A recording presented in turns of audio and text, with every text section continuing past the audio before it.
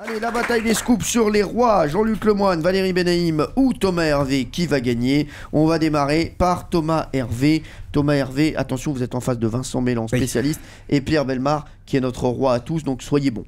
Alors ces deux-là connaissent évidemment les règnes des rois Louis XIV. Ce ne sont que des histoires vraies, bien sûr. Oui, bien sûr. Là, il n'y a pas d'histoire vraie ou fausse. François Ier, Henri IV, les rois qui ont laissé des traces. Mais on se souvient moins de Jean Ier, qui pourtant aussi a été élu roi de France. Pourquoi? Parce que nous sommes en 1316. Et à l'époque, le roi X meurt et il n'a pas encore de descendants. Heureusement, il y a la reine Clémence de Hongrie qui est enceinte. Donc ça, c'est évidemment une félicité. Et en plus, il s'agit d'un garçon.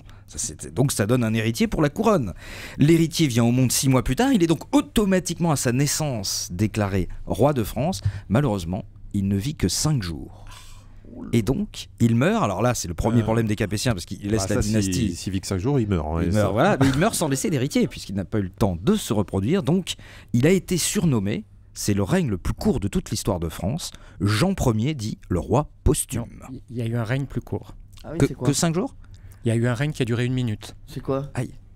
Lorsque Charles X a abdiqué en 1830, avant de partir en exil, il a abdiqué en faveur de son fils aîné, qui est devenu Louis XIX. Et Louis XIX a abdiqué 1 minute après son père. Donc Louis XIX a été roi 1 minute. Et voilà.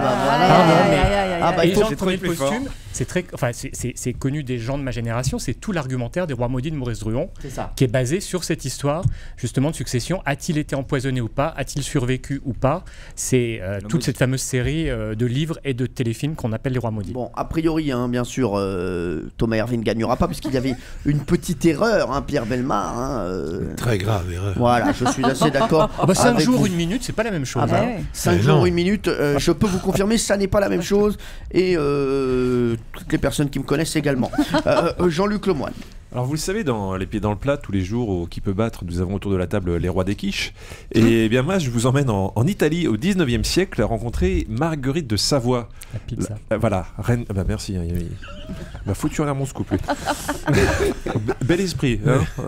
Non, c'est Marguerite de Savoie qui détestait tout le monde et que j'avais le sens de la contradiction. Tu vas voir, je t'attends à la sortie. Non, la reine d'Italie, par son mariage avec le roi Humbert Ier. Et donc nous sommes en 1889. Et lors d'une série de voyages au cœur du royaume italien, eh bien, la reine Marguerite est surprise de voir que le peuple entier consomme de la pizza, comme l'a dit Vincent Mélan.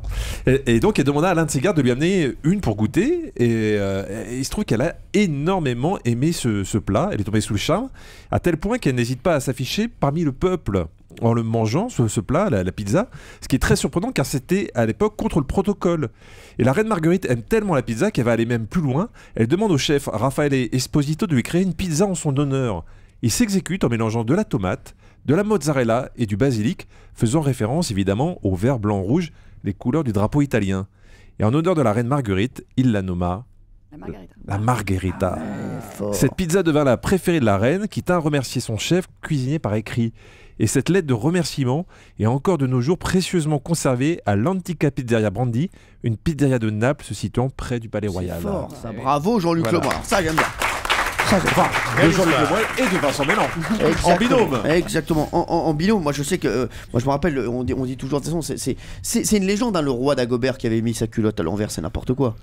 La culotte sans doute, mais le roi d'Agobert, non, c'est pas une légende. Ah non, oui, non, je sais, oui, la culotte c'est une légende. Et Saint-Éloi qui lui a remis sa culotte à l'endroit, c'est pas une légende non plus. Ah d'accord, d'accord. Est-ce que vous pouvez préciser ça?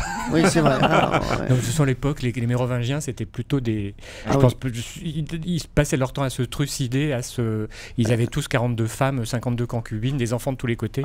C'était quand même des rois un peu particuliers. C'était quand ça? C'était quand? 600, 500 c'est Clovis, tout ça. La machine à remonter dans le temps, ça vous intéresserait. Moi je vais aller voir Clovis là. J'ai rendez-vous avec lui à midi. Allez, Valérie Benaïm. Alors moi je vais vous raconter l'incroyable naissance du prince Alexandre II de Yougoslavie. Nous sommes en 1945. La Yougoslavie est envahie par les Allemands, obligeant le roi Pierre II et sa femme à s'exiler à Londres en Angleterre. À cette époque, la reine est enceinte et seulement voilà, pour que l'enfant puisse prétendre au trône, il doit impérativement naître sur le territoire yougoslave. Alors que faire? Eh bien, le roi et la reine ont une idée et ils demandent une faveur à Churchill, qui est alors Premier ministre du Royaume-Uni. Et c'est ainsi que le 17 juillet 1945, jour de l'ouverture de la conférence de Potsdam, pendant que Churchill, Staline et Roosevelt... Potsdam, oui. Et pendant que Churchill, Staline et Roosevelt vont se partager l'Europe de l'après-guerre, Churchill crée le même jour la plus petite et la plus éphémère enclave de l'histoire, la suite 212 de l'hôtel Claridge de Londres, est déclarée territoire yougoslave le temps d'une journée pour la venue au monde du nouveau petit prince de Yougoslavie.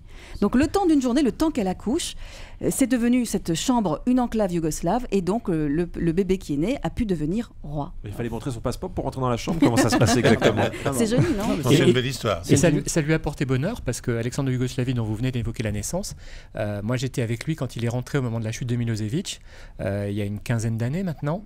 Il a connu la Yougoslavie pour la première fois au début des années 1990. Il vit aujourd'hui à Belgrade et il a un statut en Yougoslavie comme par exemple ça se passe en Roumanie qui est assez étrange.